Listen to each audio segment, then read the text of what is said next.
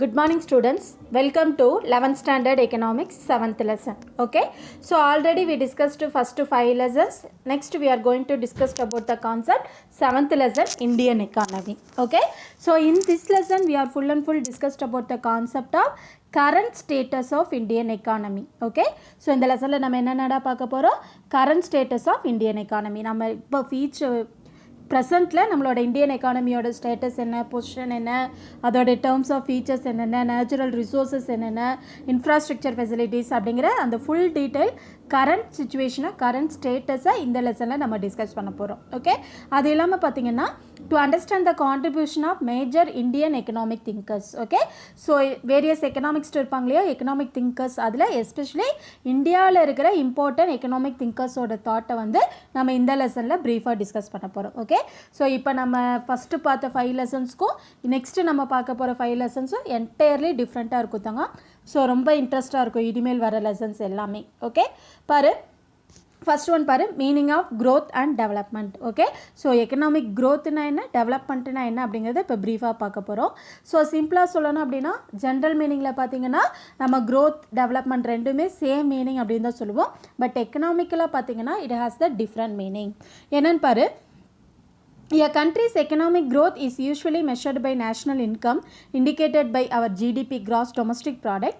So the GDP is the total monetary value of the goods and services provided by the country over a specified period of time, usually 1 year. Okay, நல்லா கவனிச்சுக்கோங்கடா, ஒரு கண்ட்ரியோட economic growth அப்படிங்கிறது எதை measure பண்ணோம் அப்படின்னா நம்ம கண்ட்ரிஸோட total national income. Okay, அப்போ நம்ம கண்ட்ரியோட total ஜிடிபியை வச்சு தான் நம்ம எதை நம்மளால் டிசைட் பண்ண முடியும், எக்கனாமிக் க்ரோத் அப்படிங்கிறத நம்மளால் டிசைட் பண்ண முடியும். ஓகேவா, அப்போ அந்த ஜிடிபி அப்படின்னா என்ன, ஒரு வருஷத்தில் பர்டிகுலர் இயர் அப்படிங்கிறது ஆனுவலி 1 இயர் அப்படின்னு சொல்லுவோம்.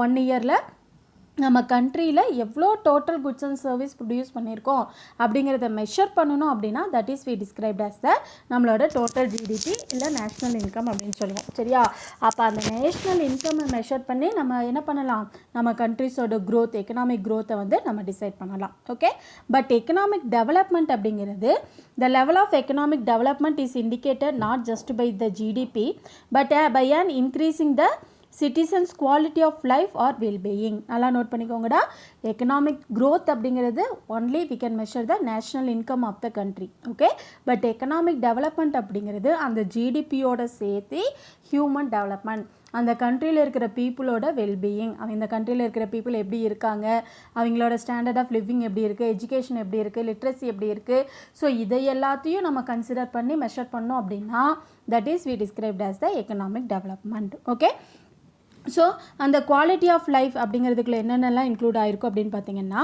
Several indices such as human development index, HDI அப்படின்னு சொல்லுவோம்.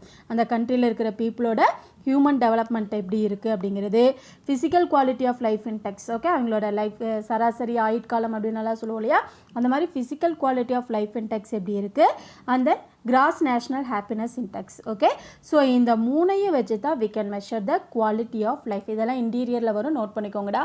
குவாலிட்டி ஆஃப் லைஃப் அப்படிங்கிறத பீப்புளோட குவாலிட்டி ஆஃப் லைஃப் எதை வச்சு இது பண்ணுவோம், HDI, PQLI, GNHI. Okay, human development index, physical quality of life index and gross national happiness index. Okay, so இதில் gross national happiness index அப்படிங்கிற கான்செப்ட் எப்படி இன்ட்ரடியூஸ் ஆச்சு அப்படின்னு பாருங்கடா. The term gross national happiness index was coined by the 4th king of Bhutan. அவரோட name பாரு, Jigme Singye Wangchuck. Okay, அவரோட name என்னடா, ஜிக்மே சிங்கே வாங்ஹச். ஓகே, இன் 1972 பூட்டானோட கிங் தான் வந்து ஃபஸ்ட் இது இன்ட்ரடியூஸ் பண்ணார். So it is an indicator of progress which measures the sustainable development, environmental conservation, promotion of culture and good governance. Okay, so இவரோட பாயிண்ட் ஆஃப் வியூவில் ஒரு கண்ட்ரியில் கிராஸ் நேஷ்னல் ஹாப்பினஸ் இன்டெக்ஸ், அந்த கண்ட்ரியில் இருக்கிறோட பீப்புளோட ஹாப்பினஸை நம்ம எதெல்லாம் வச்சு மெஷர் பண்ணலாம் அப்படின்னு ஒரு இண்டிகேட்டர் இது பண்ணார். அதோட இது ஃபஸ்ட்டு ஒன் பார்த்தீங்கன்னா அந்த கண்ட்ரியோட இது பார்த்தீங்கன்னா எதை ப்ராக்ரஸ் வளர்ச்சியை குறிக்கணும் அப்படின்னா ஃபஸ்ட்டு சஸ்டைனபிள் டெவலப்மெண்ட். சஸ்டைனபிள்னா என்னமா, கான்ஸ்டன்ட், நிலையான. ஓகே, ஒரு கண்ட்ரிஸோட எக்கனாமிக் க்ரோத் ஆர் டெவலப்மெண்ட் அப்படிங்கிறது சஸ்டைனபிள், கிராஜுவலாக இன்க்ரீஸ் ஆகிருக்கணும். அடுத்தது அந்த கண்ட்ரியோட என்விரான்மெண்டல் கன்சர்வேஷன். கன்சர்வேஷன் என்னடா, ப்ரொடெக்ஷன். ஓகே, ஸோ எப்படி பொல்யூஷன் ஃப்ரீயாக நம்மளோட என்விரான்மெண்டல் இருக்குது அப்படிங்கிறது, அது ப்ரமோஷன் ஆஃப் கல்ச்சர், அந்த கண்ட்ரியோட கல்ச்சர் எப்படி இன்க்ரீஸ் ஆகிருக்கு, அண்ட் குட் கவர்னன்ஸ்னால் என்னடா லா, குட் லா, சட்டம் ஒழுங்கு அப்படி சொல்கிறோம் இல்லையா. ஸோ இதெல்லாம் வச்சு தான் அந்த கண்ட்ரியில் இருக்கிற பீப்புள் வந்து எப்படி இருப்பாங்க, எவ்வளோ ஹாப்பினஸ்ஸாக இருப்பாங்க அப்படிங்கிறத நம்மளால் டிசைட் பண்ண முடியும். அப்போ எக்கனாமிக் டெவலப்மெண்ட் அப்படிங்கிறத நம்ம நாட் ஒன்லி த ஜிடிபி மட்டும் மெஷர் பண்ண முடியாது, human development, physical quality of life index and gross national happiness index இதெல்லாம் இருந்தால் தான் அந்த கண்ட்ரி எப்படி இருக்குன்னு அர்த்தம், வெல் டெவலப்டு கண்ட்ரி அப்படின்னு அர்த்தம். ஓகேவா, பாரு. ஸோ அந்த basis of level of economic development nations are classified into developed and developing economies. Okay, so நம்ம கண்ட்ரி எப்படிடா பிரிச்சிருப்போம், கண்ட்ரிஸோட எக்கனாமிக் டெவலப்மெண்ட்டை வச்சு countries those are classified into developed nation and developing nation or under developed nation, இந்த மாதிரி பிரிச்சிருப்போம். சரியா, இப்போ டெவலப்டு எக்கானமிஸ் அப்படிங்கிறது பாரு, வளர்ந்த நாடுகள் அப்படின்னு சொல்லுவாங்க இல்லையா, அதுதான் developed economies.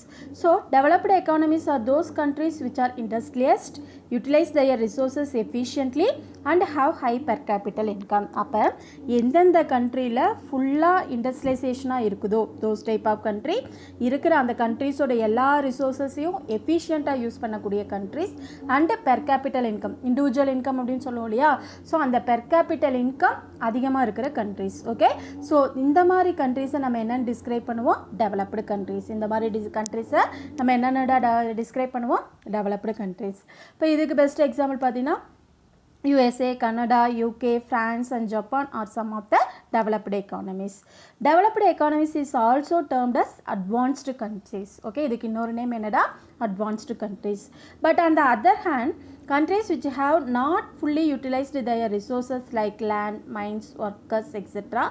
and have low per capita income are developed as under developed economies. Okay, so அதுக்கு கான்ட்ராஸ்டாக டெவலப்டு எக்கானமிக்ஸ்க்கு என்னென்ன ஃபீச்சர்ஸ் பார்த்தோமோ அதுக்கு கான்ட்ராஸ்டாக இருக்கிற எல்லாமே நம்ம என்னென்னு சொல்லுவோம், அண்டர் டெவலப்டு கண்ட்ரிஸ் அப்படின்னு சொல்லுவோம். சரியா, ஸோ அவங்க எப்படிமா இருப்பாங்க, அவங்களோட ரிசோர்ஸஸை ஃபுல்லாக எஃபிஷியண்ட்டாக யூஸ் பண்ணியிருக்க மாட்டாங்க, அந்த கண்ட்ரிஸோட பெர் கேபிட்டல் இன்கம் ரொம்ப லோவாக இருந்தது அப்படின்னா those type of countries we described as the under developed countries. Okay, இதுக்கு பெஸ்ட் எக்ஸாம்பிள் பார்த்தீங்கன்னா underdeveloped countries, examples of sub-Saharan Africa, Bangladesh, Myanmar, Pakistan, Indonesia, etc. So they are also termed as underdeveloped countries or backward nations and third world nations. இதெல்லாமே underline பண்ணிக்கோங்கடா. இதெல்லாம் பார்த்தீங்கன்னா other name of the under developed countries are என்னது low income countries அப்படின்னு சொல்லலாம், backward countries அப்படின்னு சொல்லலாம். ஓகேவா, இதெல்லாமே அண்டர் டெவலப்டு எக்கானமிஸ். ஓகே, அடுத்தது இந்தியன் எக்கானமி. நம்ம இந்தியன் எக்கானமியோட க்ரோத்து, ஃபீச்சர்ஸ் இதெல்லாம் வந்து நம்ம டிஸ்கஸ் பண்ணலாம். சரியா, ஸோ இந்தியன் எக்கானமி பாரு, Indian economy is the 7th largest economy of the world, being one of the top listed countries. So in terms of industrialization and economic growth, India holds the robust position with an average growth rate of 7%. It is the approximately. So even though the rate growth has been sustainable and comparatively stable, there is still backwardness. Okay va. So Indian economy பார்த்திங்கன்னா நம்ம total வேர்ல்டில் பார்த்திங்கன்னா இதோட position 7th largest country. இந்தியாவோட position என்னடா 7th largest country. So நம்ம இப்போ பார்த்திங்கன்னா கிராஜுவலாக அந்த லாஸ்ட் ஒரு 10 இயர்ஸில் பார்த்திங்கன்னா இந்தியாவோட க்ரோத் பார்த்திங்கன்னா வெல் டெவலப்டாக இன்க்ரீஸ் ஆகிருக்கு. ஓகே, ஸோ இதில் பார்த்திங்கன்னா இண்டஸ்ட்ரியலைசேஷன் அண்ட் எக்கனாமிக் க்ரோத் இதெல்லாம் வச்சு இந்தியா ஹோல்டு த அப்ராக்சிமேட்லி எந்த பொசிஷன் ஆவரேஜாக இருக்குன்னு பார்த்தீங்கன்னா 7%. ஓகே, ஆவரேஜ் க்ரோத் ரேட் வந்து பார்த்தீங்கன்னா 7%. ஓகே, பட் இவ்வளோ க்ரோத் இருந்தாலும் ஸ்டில் நவ் இந்தியா இன்னமும் எப்படி தான் இருக்குது, கம்பேரிட்டிவ்லி சஸ்டைனபிள் க்ரோத்தாக இருக்குது, கம்பேரிட்டிவ்லி ஸ்டேபிள் க்ரோத்தாக இருந்தாலும் ஸ்டில் நவ் இந்தியன் எக்கானமி இன்னமும் எப்படி தான் இருக்குது, பேக்வர்ட்னஸாக தான் இருக்குது. ஓகே, அதுக்கான ரீசன்ஸ் என்னென்ன அப்படிங்கிறத இதில் பார்க்க போகிறோம். The diagrammatically opposite features of Indian economy. Okay, Indian எக்கானமியோட ஃபீச்சர்ஸ். பட் இந்தியன் எக்கானமியோட ஃபீச்சர்ஸ் பார்க்குறதுக்கு முன்னாடி features of developed economy. Developed countries அப்படின்னு நம்ம சொல்லுவோம் இல்லையா, எந்தெந்த கண்ட்ரி எஃபிஷியன்ட் ரிசோர்ஸஸ் யூஸ் பண்ணியிருக்காங்க, இண்டஸ்ட்ரியலைசேஷனாக இருக்காங்க, ஹை பெர் கேபிட்டல் இன்கம் இதெல்லாம் இருந்தது அப்படின்னா அந்த கண்ட்ரியை டெவலப்டு கண்ட்ரிஸ்ன்னு சொன்னோம் இல்லையா. ஸோ அந்த மாதிரி இதில் எந்தெந்த ஃபீச்சர்ஸ் எல்லாம் இருந்தது அப்படின்னா those country we described as the developed countries. பாரு, ஹை நேஷ்னல் இன்கம் இருக்கணும், high per capital income, standard of living. Standard of லிவிங்னா என்னடா, வாழ்க்கை தரம். ஓகே, பீப்புளோட வாழ்க்கை தரம். அடுத்தது அந்த கண்ட்ரியில் ஃபுல் எம்ப்ளாய்மெண்ட் இருக்கிற ரிசோர்ஸஸை ஃபுல்லாக எஃபிஷியண்ட்டாக யூஸ் பண்ணியிருக்கணும். டாமினன்ஸ் ஆஃப் இண்டஸ்ட்ரியல் செக்டார், அவங்களோட ப்ரிடாமினன்ஸ் இது என்னவா இருக்கணும், எதை டிபெண்ட் பண்ணி இருக்கணும் அப்படின்னு பார்த்தீங்கன்னா இண்டஸ்ட்ரியலைசேஷனாக இருக்கணும். இண்டஸ்ட்ரி டிபெண்டட் ஆக்குபேஷனாக அந்த கண்ட்ரியில் இருக்கணும். டெக்னாலஜி ஹை லெவலாக இருக்கணும், இண்டஸ்ட்ரியலைசேஷனாக இருக்கணும். கன்சப்ஷன் லெவல், கன்சப்ஷன் என்னமா யூஸ் பண்ணுறது, யூசேஜ் ஆஃப் குட்ஸ் அண்ட் சர்வீஸை தான் கன்சப்ஷன் அப்படின்னு சொல்லுவோம். ஸோ அந்த கன்சப்ஷன் லெவல் ஹையாக இருக்கணும். அந்த ஹை லெவல் அர்பனைசேஷன் என்னடா நகர்மயமாதல். ஓகே, ஸோ ரூரல்லேருந்து வில்லேஜ் டு சிட்டியாக நிறையா கன்வெர்ட் ஆகிருக்கணும். ஸ்மூத் எக்கனாமிக் க்ரோத், எந்த வித டிஸ்டர்பன்ஸும் இல்லாமல் சஸ்டெயினாக எக்கனாமிக் க்ரோத் என்ன ஆயிருக்கணும், இன்க்ரீஸ் ஆகிருக்கணும். Social equity, gender equality and low level of poverty. Social ஈக்குவிட்டின்னு என்னடா ஆல் ஆர் ஈக்குவல் அப்படிங்கிறது. ஜெண்டர் ஈக்குவாலிட்டி அப்படிங்கிறது மேல் ஃபீமேல் டாமினன்ஸ் அந்த மாதிரி இல்லாமல் இருக்கிறது. பாவர்ட்டி வந்து வறுமை அப்படின்னு சொல்லுவோம் இல்லையா, அந்த பாவர்ட்டி வந்து அங்கே லோவாக இருக்கணும். ஓகே, அதுக்கப்புறம் பார்த்தீங்கன்னா political stability and good governance. அந்த கண்ட்ரியில் பொலிட்டிக்கல் சுச்சுவேஷன் எப்படி இருக்கணும், வெல் அண்ட் குட்டாக இருக்கணும்.